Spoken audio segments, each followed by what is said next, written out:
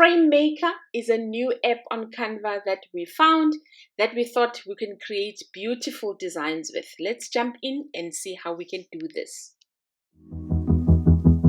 From your home page, you're going to access apps.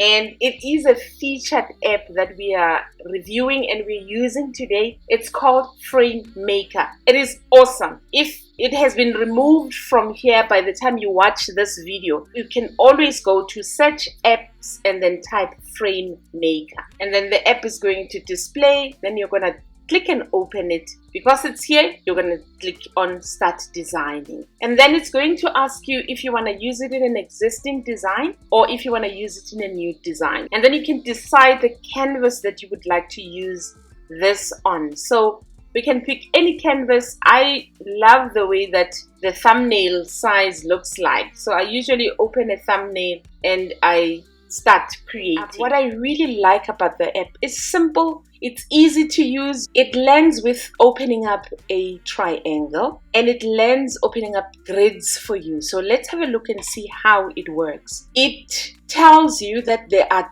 clicks somewhere. In other words, if you want to add a new point, it tells you that you need to double click anyway. So if I want to add a point there, I double click. If I want to add a point there, I double click, and then it starts adding point and it changes the frame. If you want to remove a point, you click on remove a point and then you can delete the points that you want to remove. When you scroll down, you click on done after you've removed all the points that you would like to remove. The grid snapping is talking about this grid. If you don't want the snapping of the grid, then you can switch it off and then you can move around and change the frame to whichever format that you want. But it's up to you on if you want to use a grid snapping on. This is where you switch it off and on. So based on the design that you're creating, you could switch it on and switch it off.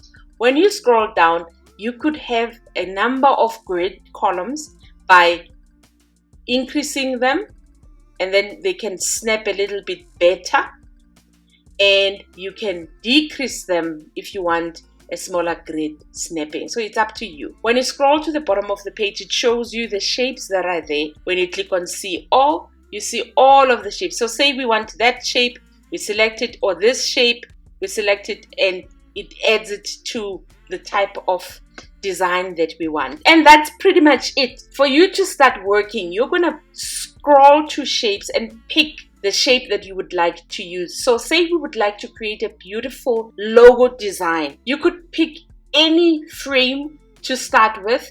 We want to start by moving the grids. So I've made my grid columns to be maximum, the 20.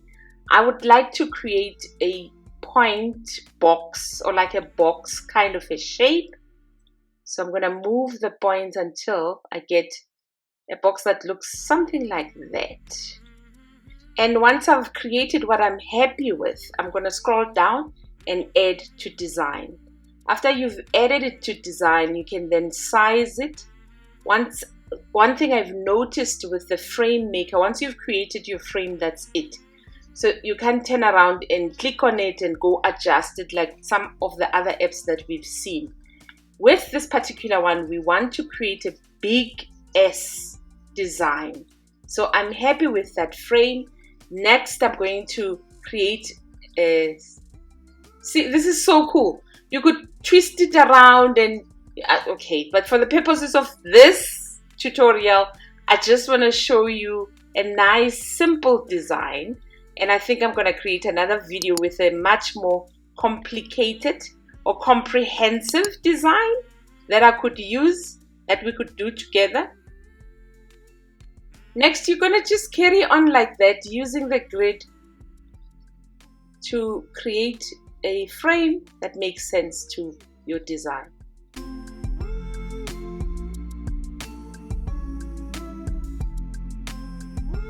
After you've created your frame and you're happy, you're going to go to your elements and you're going to search for gold texture.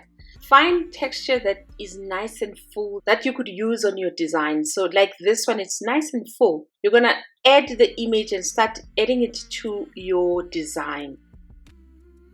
And once it's added, you're going to select the frames, you're going to group them, you're going to duplicate, rotate, and then you have a gorgeous looking S that looks the same and it's beautiful. Then you're going to press T for text to add the name of the business or the name of the company you're designing for. These days I like this font that's called Days, and then you write the name and you change the color, and you can add a nice hollow effect to your design. And that's pretty much it. Quick, easy, simple. You're going to download it as a transparent background, and if you don't have a Canva Pro, you can always trial it using my link below. In order to showcase our work, we're going to go to photopea.com. We're going to access Photopea using a template. Then we pick any mockup that we would like to use. This is my favorite. You open it up and you click on photopea.com on the link, and then it opens up the mockup. To use it, you're going to double click where it says your logo here on the checkered box, and then this is the example from the designer. We hide that by clicking on the eye. Then we access our downloads and we access the 2D design we downloaded from Canva, and we drag it to the canvas, we size it, and we press Command S or Control S to change it to Smart Object. But you can also go File, Save as Smart Object, and then you click on the first tab, and there's your design. Gorgeous, beautiful, love it. Let me know in the comments below, how are you going to use the Frame Maker? I'm going to be playing around with it and coming up with ultra cool ideas. If you want to see another video that gives an idea for Sailful English Academy, go watch this video. I will see you on our next video.